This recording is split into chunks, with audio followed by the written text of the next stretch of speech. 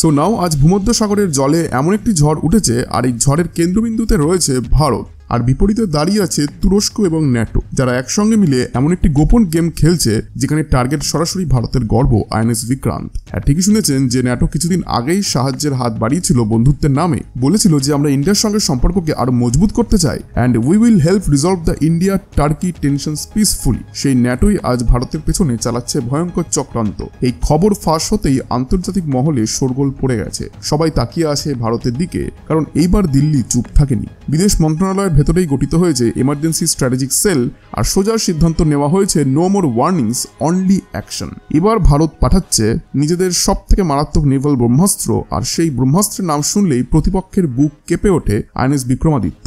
একটা জাহাজ নয়, বরং একটা চলমান সাম্রাজ্য।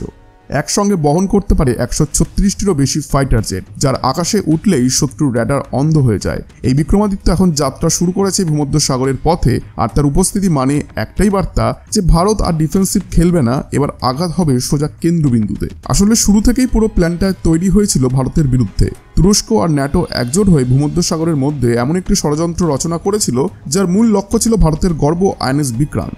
ন্যাটোর সেন্ট্রাল স্টাফ কমিটি থেকেই এই পুরো অপারেশন অনুমোদন পেয়েছিল।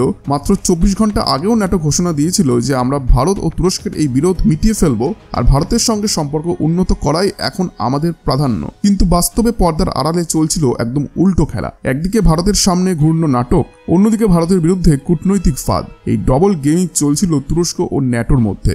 ভারত কিছুটা আঁচ পেয়েছিল ঠিকই, কিন্তু কেউই ভাবেনি তুরস্ক এতটা নিচে নামতে পারে। তুরস্কের ওপর একসময় ভারতের বিশ্বাস ছিল, কিন্তু ন্যাটো নিয়ে সন্দেহের জায়গাটা থেকে গিয়েছিল, আর সেই সন্দেহই এখন প্রমাণিত হলো। কারণ ন্যাটো করেছে ঠিক সেই ভুল যা একসময় তুরস্ক করেছিল, ভারতের ধৈর্যের সীমা পরীক্ষা করা। এবার ভারত দিয়েছে ফাইনাল ওয়ার্নিং, মাত্র 18 ঘন্টার আলটিমেটাম। কিন্তু মনে হচ্ছে ভারত 18 ঘন্টাও অপেক্ষা করবে না, কারণ এবার ভারত নিজের সব থেকে বড় কাউন্টার অ্যাকশন শুরু করে দিয়েছে। এখন ভূমধ্য সাগরে ঢুকতে চলেছে সেই দানব যাকে বলা হয় দ্য কিং অফ সি।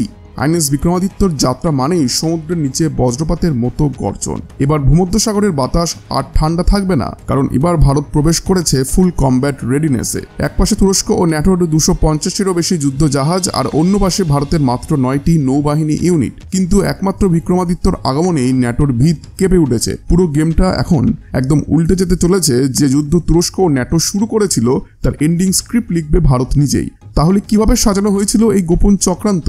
গত 48 ঘন্টায় কি ঘটেছিল যে হঠাৎ পরিস্থিতিটা এতটা বদলে দিল? আর ভারতের সেই গেম চেঞ্জিং মুভটাই বা কি হতে চলেছে? বন্ধুরা, ভিডিওটি শুরু করার আগে ছোট্ট একটি অনুরোধ করব, আপনারা যদি এই চ্যানেলে প্রথমবার এসে থাকেন তাহলে চ্যানেলটিকে সাবস্ক্রাইব করে ভিডিওটিকে একটি লাইক করে ফেলুন। দেখুন বন্ধুরা, এখন আর এটা শুধু কূটনৈতিক লড়াই নয়, এখন ভারত নিজের সামরিক শক্তির আসল রূপ দেখাতে শুরু করেছে। পুরো ভূমধ্য সাগর যেন ভারতের প্রেজেন্সে কেঁপে উঠেছে। যে সমুদ্রের ঢেউ এতদিন শান্ত ছিল, সেই ঢেউ এখন আগুনের মতো গরম হয়ে উঠেছে। কারণ ভারত এবার একটা বা দুটো নয়, সরাসরি 7টি নৌবহর পাঠানোর সিদ্ধান্ত নিয়েছে, আর সেই বহরের নেতৃত্বে রয়েছে ভারতের গর্ব আইএনএস বিক্রমাদিত্য। এই খবর প্রকাশের পর পুরো বিশ্বের চোখ এখন স্থির হয়ে আছে ভূমধ্য সাগরের দিকে। নাটো এখন চিন্তায় পড়েছে, ভয় পাচ্ছে। আসলে ভারত এখন কি করতে চলেছে? কয়েকদিন আগেও খবর এসেছিল ভারত ইতিমধ্যেই ন্যাটো ও তুরস্কের যৌথ নৌবহরকে ট্যাকটিক্যালি নিয়ন্ত্রণে এনে ফেলেছে। ভূমধ্য সাগরে যখন ভারতীয় যুদ্ধজাহাজ যেমন আইএনএস বিক্রান্ত, আইএনএস ট্রিকান্ট, তার সঙ্গে আরও কয়েকটি সাইবার ওয়ারশিপ ও কেরিয়ার ওয়ারফেয়ার ইউনিটস ছিল, আর ফলাফল যে ন্যাটোর পুরো অপারেশন অচল হয়ে গিয়েছিল। কিন্তু ন্যাটো আবারও নিজের পুরনো স্বভাব দেখিয়েছে, একটা স্মাইলিং ডিপ্লোম্যাসির আড়ালে ডবল ক্রস। যেভাবে তুরস্ক করেছিল, এবার একই কাজ করেছে আমেরিকা ও NATO, team switching and betrayal. কিন্তু ভারত এবার পুরোপুরি প্রস্তুত। আইএনএস বিক্রান্ত তখন ভূমধ্য সাগরে তুরস্ক সীমান্তের কাছাকাছি পেট্রোল দিচ্ছিল, আর সেই সময় ভারতীয় নাবিকরা সরাসরি ন্যাটোর 3টি যুদ্ধ জাহাজকে আন্ডার কন্ট্রোল নিয়ে নেয়। এটাই ছিল আসল ট্রিগার পয়েন্ট। এই ঘটনার প্রতিশোধে ন্যাটো হঠাৎই 14টিরও বেশি ওয়ারশিপ মোতায়েন করে আইএনএস বিক্রান্তকে ঘিরে ফেলার চেষ্টা করে। কিন্তু তারা একটা জিনিস ভুলে গিয়েছিল, বিক্রান্তের সার্ভেলেন্স সিস্টেম ও কানেক্টিভিটি কেটে দেওয়া সহজ নয়। যেই মুহূর্তে বিপদের ইঙ্গিত পাওয়া যায়, বিক্রান্তের ক্রু সঙ্গে সঙ্গে পুরো ফ্লিটকে অ্যালার্ট করে দেয়। ফলাফল যে কয়েক মিনিটের মধ্যেই পুরো ভূমধ্য সাগর জেগে ওঠে। হঠাৎ রাতারাতি ভারতের মোতায়েন করা নতুন বহর পুরো বিশ্বের মিডিয়া ও গোয়েন্দা মহলকে স্তব্ধ করে দেয়। খবর পৌঁছে যায় সোজা পেন্টাগন পর্যন্ত, আর তারপর সোজা হোয়াইট হাউস, যেখানে বসে থাকা প্রেসিডেন্ট ডোনাল্ড ট্রাম্পের কানে যেতেই ঘটনাটা আরো জটিল রূপ নেয়। কিন্তু তখনই ভারত দিয়েছে নিজের জবাব। ভারতের সবথেকে শক্তিশালী যুদ্ধজাহাজ আইএনএস বিক্রমাদিত্য ইতিমধ্যেই যাত্রা শুরু করে দিয়েছে। বারাণসী রুট হয়ে রেড সির মধ্য দিয়ে এখন সে পৌঁছে গেছে ভূমধ্য সাগরে। এই খবর প্রকাশ্যে আসতেই ন্যাটোর শিবিরে নেমে আসে একেবারে প্যানিক মোড। এবার শুধু বিক্রান্তকে নয়, তার থেকেও অনেক বেশি শক্তিশালী বিক্রমাদিত্য এখন যুদ্ধক্ষেত্রে উপস্থিত।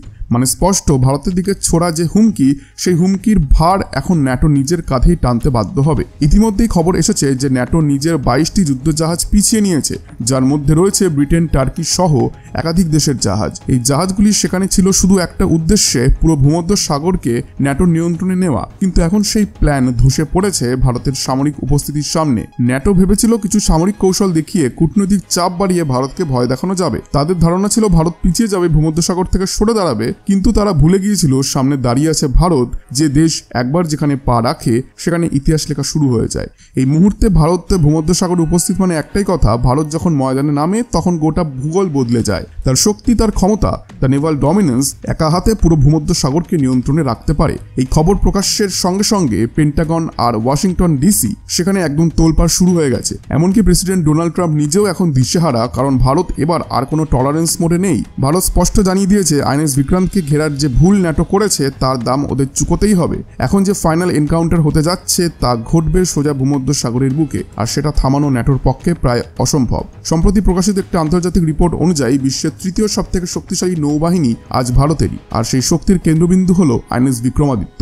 ভারতের সেই ফ্লোটিং পাওয়ার হাউস, যার কেবল উপস্থিতি ন্যাটোকে স্লিপলেস নাইট দিচ্ছে, সেই বিক্রমাদিত্য এখন রেড সি রুট হয়ে সোজা ভূমধ্যসাগরের দিকে এগিয়ে আসছে। শুধু তাই নয়, ভারতের আরও 8টি যুদ্ধ জাহাজ, যেগুলি আগে ব্রিটেনের সঙ্গে জয়েন্ট এক্সারসাইজে অংশ নিচ্ছিল, সেগুলি এখন সেই এলাকায় মোতায়েন করা হয়েছে। এর মানে স্পষ্ট, এবার ভারত কোনো পরিস্থিতিতেই পিছু হটবে না, বরং যে কেউ সীমা ছাড়াবে তার জবাব সরাসরি যুদ্ধক্ষেত্রে দেবে। এই সিদ্ধান্তের পর ন্যাটোর ভেতরেই শুরু হয়েছে মতভেদ। কয়েকটি সদস্য দেশ প্রকাশ্যে বলেছে ভারতের বিরুদ্ধে এমন পদক্ষেপ উচিত নয়, এটা ভুল সিদ্ধান্ত।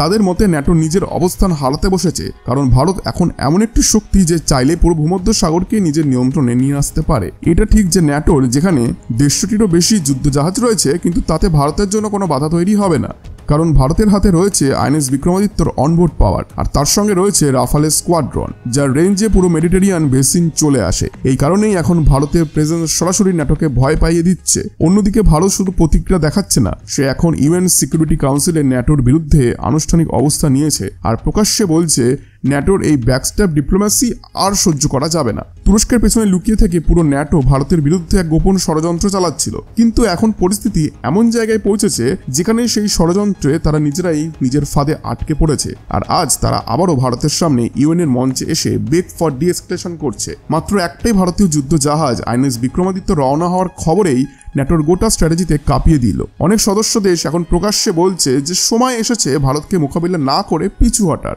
কারণ তারা জানে যদি বিষয়টা আর বাড়ে তাহলে পুরো ন্যাটো জোট এক বড় ধাক্কা খেতে চলেছে, আর সেটা হবে ভারতের একার শক্তিতে। এদিকে আরও একটি ঘটনা ঘটেছে ভারতের এই ডেভেলপমেন্ট নিয়ে। রাশিয়া দিয়েছে এক ঐতিহাসিক বিবৃতি। রাশিয়ার প্রেসিডেন্ট ভ্লাদিমির পুতিন ঘোষণা করেছেন, Russia stood with India before, stand with India now and will stand with India in Mediterranean if needed. মানে সরাসরি রাশিয়া ইঙ্গিত দিয়েছে ভারত যদি চায় রাশিয়া তার সব থেকে শক্তিশালী ওয়ারশিপ ফ্লিট পাঠাবে ভূমধ্যসাগরে। এই ঘোষণা শুনেই ন্যাটোর ভিত নড়ে গেছে। আর এখানেই শেষ নয়, ইসরায়েলও এবার ভারতের পাশে দাঁড়িয়েছে। তারা বলেছে, আমরা এখন পর্যন্ত ন্যাটোর কিছু পদক্ষেপ সমর্থন করেছিলাম, কিন্তু ভারতের বিরুদ্ধে যা হচ্ছে তাতে আমাদের কোনো ভূমিকা নেই। ইসরায়েল স্পষ্ট জানিয়েছে, if the situation worsen, Israel will stand with India clearly and publicly. এদিকে জাপান ও অস্ট্রেলিয়াও এখন শ্যালো ওয়াটার্স থেকে নিজেদের ওয়ারশিপ মোতায়েন করেছে, সরাসরি ভারতের পাশে দাঁড়ানোর বার্তাও দিয়েছে। অর্থাৎ এখন ভারতকে কেন্দ্র করে গড়ে উঠেছে এক নতুন স্ট্র্যাটেজিক অ্যালাইনমেন্ট, যেখানে ভারত একাই গ্লোবাল ব্যালেন্স বদলে দিচ্ছে। অন্যদিকে এতদিন নীরব থাকা চায়না এখন আশ্চর্যজনকভাবে ভারতের প্রতি পজিটিভ স্ট্যান্স নিয়েছে। তারা জানিয়েছে, আমাদের অবস্থান ভারতের প্রতি আগে যেমন ইতিবাচক ছিল এখনো তেমনই আছে। মানে এখন স্পষ্ট, ভূমধ্যসাগর আর কারোর ব্যক্তিগত রাজত্ব নয়, এখানে ভারতের উপস্থিতি এখন গ্লোবাল কনসেনসাস। তাহলে এই বিষয়ে আপনাদের কি মতামত? ন্যাটো আর টার্কি কি ভারতের এই শক্তির সামনে টিকতে পারবে, নাকি এবার ইন্ডিয়া শেখাবে what Real power looks like? Comment করে জানান যে আপনার মতামত কি। আর এমন আরো ইনফরমেটিভ এবং আই ওপেনিং ভিডিও পেতে আমাদের চ্যানেলটিকে এখনই সাবস্ক্রাইব করে নিন। ধন্যবাদ।